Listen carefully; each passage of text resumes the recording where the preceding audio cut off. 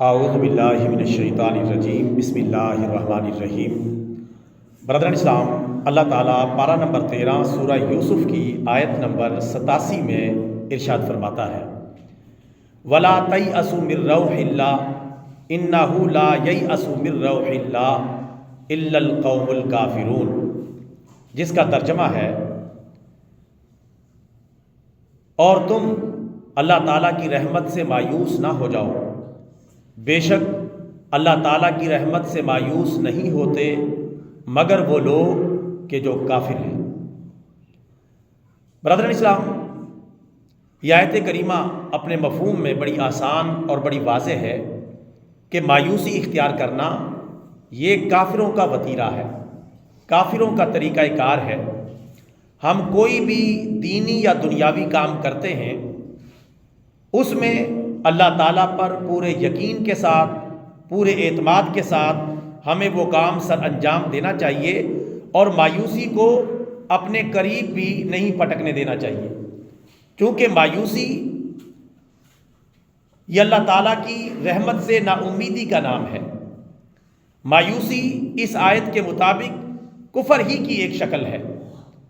ایک مسلمان چاہے حالات آسان ہوں اور چاہے مشکل ہوں، ایک مسلمان کبھی بھی اللہ تعالیٰ کی رحمت سے مایوس نہیں ہوتا، اللہ تعالیٰ کی رحمت کی امید لگا کر رکھتا ہے۔ آخرت کا بھی یہی حال ہے، دنیا کے معاملات کا بھی یہی حال ہے۔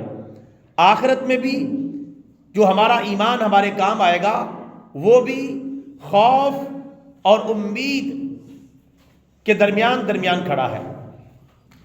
ایمان ہوتا ہی وہ ہے جہاں خوف بھی موجود ہو اور جہاں امید بھی موجود ہو۔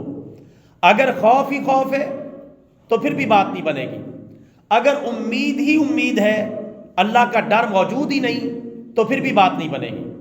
اللہ کا ڈر بھی دل میں ہونا چاہیے اور اللہ تعالیٰ سے امید بھی دل میں ہونی چاہیے۔ اگر ڈر اور امید دونوں نہیں ہوں گے تو ایمان مکمل نہیں ہوگا۔ اس حوالے سے حضرت عمر رضی اللہ تعالیٰ عنہ کا واقعہ ان کی سیرت کی کتابوں میں ملتا ہے۔ وہ فرماتے ہیں، امید اور خوف کا مسئلہ سمجھاتے ہوئے، کہ اگر قیامت کے دن یہ اعلان ہو جائے کہ سارے لوگوں کو جنت میں بھیجا جائے گا سوائے ایک آدمی کے، حضرت عمر رضی اللہ تعالیٰ عنہ فرماتے ہیں، مجھے ڈر ہے کہ وہ بندہ کہیں میں نہ ہوں۔ یعنی امید کے اس خوف کے اس لیول پر ہے، مجھے ڈر ہے، مجھے خوف ہے کہ اللہ تعالیٰ کی پکڑ میں کہیں میں نہ آ جاؤں۔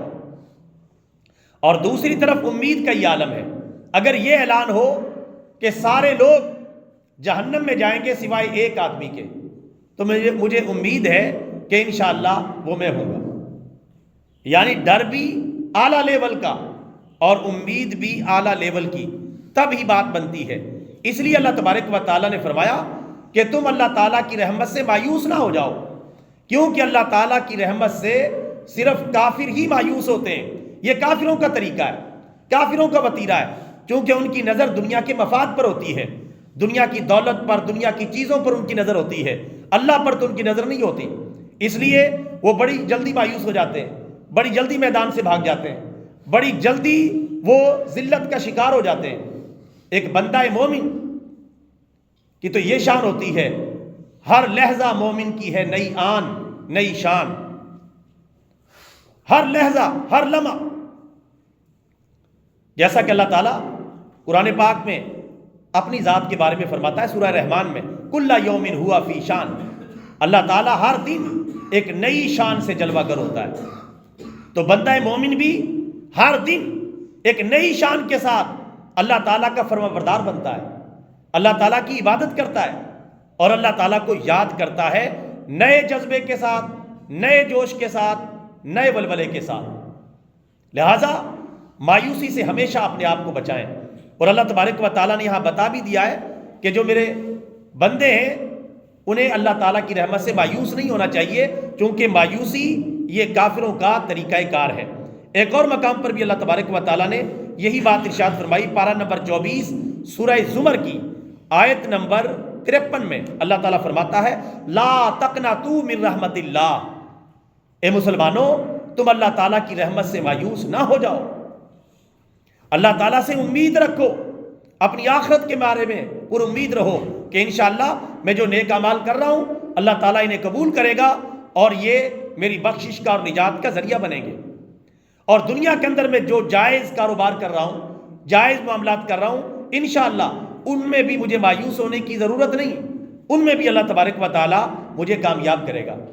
یاد رکھیں کہ جو بندہ اس طرح اللہ تعالیٰ سے لو لگا لیتا ہے، امید قائم کر لیتا ہے، اس کی زندگی میں سکون، امن، پیار، محبت، جذبہ، ولولہ، جوش اور آخرت کی تیاری کی ایک امنگ بھڑک اٹھتی ہے۔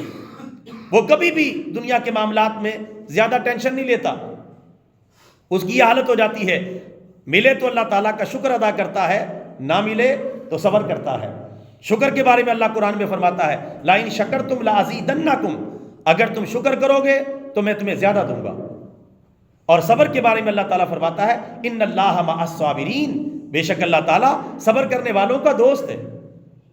شکر کریں، اگر مل جائے، نہ ملے تو صبر کریں، شاکر اور صابر بن جائیں، انشاءاللہ پھر آپ کے لیے دنیا و آخرت کی کامیابی کے راستے کھلتے چلے جائیں گے اور آپ آگے بڑھتے چلے جائیں گے۔ لہٰذا کسی بھی بڑی مشکل کے اندر بھی ایک بندہ مومن مایوس نہیں ہوگا۔